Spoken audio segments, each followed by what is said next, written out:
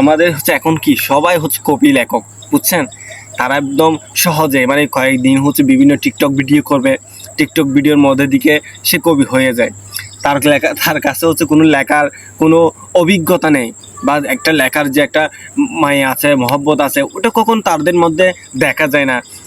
সে না রবীন্দ্রনাথ ঠাকুরের বই পড়ছে, না কাজী নজরুল ইসলামের বই পড়েছে, না সেই বইগুলো পড়ে সে কোনো অভিজ্ঞতা নিয়েছে। সে নিজ থেকে 15 সেকেন্ডে, 14 সেকেন্ডের, 6 সেকেন্ডের, 10 সেকেন্ডের ভিডিও করার পর সে হয়ে গেছে কবি লেখক। বই বের করে ফেলছে, একটা বইয়ের নাম হচ্ছে 1000 টাকা, বুঝছেন? এবং হচ্ছে সে আরেকটা বই লিখবে, বুঝছেন, প্রবাসীদের আত্মনাদ নিয়ে, বুঝছেন, তার দাম নাকি 30,000 টাকা নাকি, এরকম টাইপের আমি শুনছিলাম। তো আমাদের কথা হচ্ছে ভাই, আপনার বইটা কী জন্য কিনবেন? মানুষ তো কিছু না কিছু আপনার বই থেকে পাবে সেই জন্য। এখন আপনার মুখ দেখে বইটা নিয়ে কোন লাভটা হবে, কোন বালের লাভ হবে বলেন? আপনি আরও এসে এই মানে অন্যরা যারা হচ্ছে বিভিন্ন কন্টেন্ট ক্রিয়েটার, যেমন ওমর ভাইয়ের মতন হচ্ছে যারা বিভিন্ন তাদের কথার মাধ্যমে আপনাকে বোঝাতে চেয়েছেন, আপনি তাদের নিয়ে হচ্ছে বড় বড় কথা বলতেছেন। খুবই আফসোসের কথা।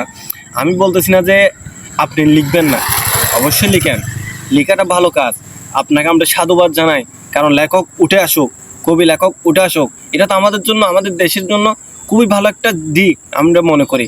তবে এমনভাবে তো কোনো কিছু করতে নেই, যেমন আপনার একটা বইয়ের দাম 1000 টাকা, কোন বালের জন্য আপনাকে বইয়ের 1000 টাকা দিবেছে? হ্যাঁ, চুতলিং পং গর্জন নিয়ে লিখেছেন নাকি যে তারা হচ্ছে খাটকা পাবে রাতে? এটা পড়ে পড়ে কি লিখছেন এখানে? আপনার কথা হচ্ছে আপনার মুখ দেখে দিবে, তো আপনার লোকের ভালোর জন্য দিবে? আমাদের কথা হচ্ছে ওটা না ভাই। লেখক লেখক লেখা লিখবে, পাঠকটা বই কিনবে। পাঠকরা তো আপনার মুখ দেখে তো আর বইটা কিনবে না, সে পড়ার জন্য। এখন হচ্ছে কি, বই পাঠক খুবই কম। তবে যারা আছে তারা রিয়েলভাবে ওই বইটা পড়ার চেষ্টা করে, ওই বইটা পড়ে তারা কিছু জ্ঞান অর্জন করার চেষ্টা করে, তাহলে তো ভালো কথা। কিন্তু আপনি যে বললেন আমাকে দেখে বইটা কিনে 1000 টাকা দিয়ে তারা কিনতেছে, তাদের লাগতেছে, সেজন্য আমাকে ভালোবাসে। তো আপনাকে ভালোবাসার জন্য কি এই বইটা লিখছেন ভাই? আপনি লিখছেন সাধারণ মানুষের জন্য, সবাই কিনবে এখানে। কেউ যেমন ধরো একটা নির্দিষ্ট টাইপের তো হতে পারে, 1000 টাকা এত দামের দিয়ে আপনার বই কেন কিনতে হবে? রবীন্দ্রনাথ ঠাকুরের বই আছে, কাজী নজরুল ইসলামের বই আছে, জসীমউদ্দিনের বই আছে, তারপর হচ্ছে এভাবে অনেক ভালো ভালো লেখকের বই আছে। তারপর হচ্ছে কি, তো এদের বইগুলো না কিনে তো আপনার বইগুলো কেন কিনতে যাবে?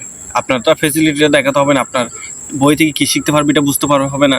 1000 টাকা দিয়ে আপনি যে বই বিক্রি করতেছেন, খুবই আফসোসের বিষয়। এই জিনিসটা আসলে আমাদের খুব খারাপ লাগছে। এই 1000 টাকা বই, এটা শুনতো কীরকম যেন লাগতেছে।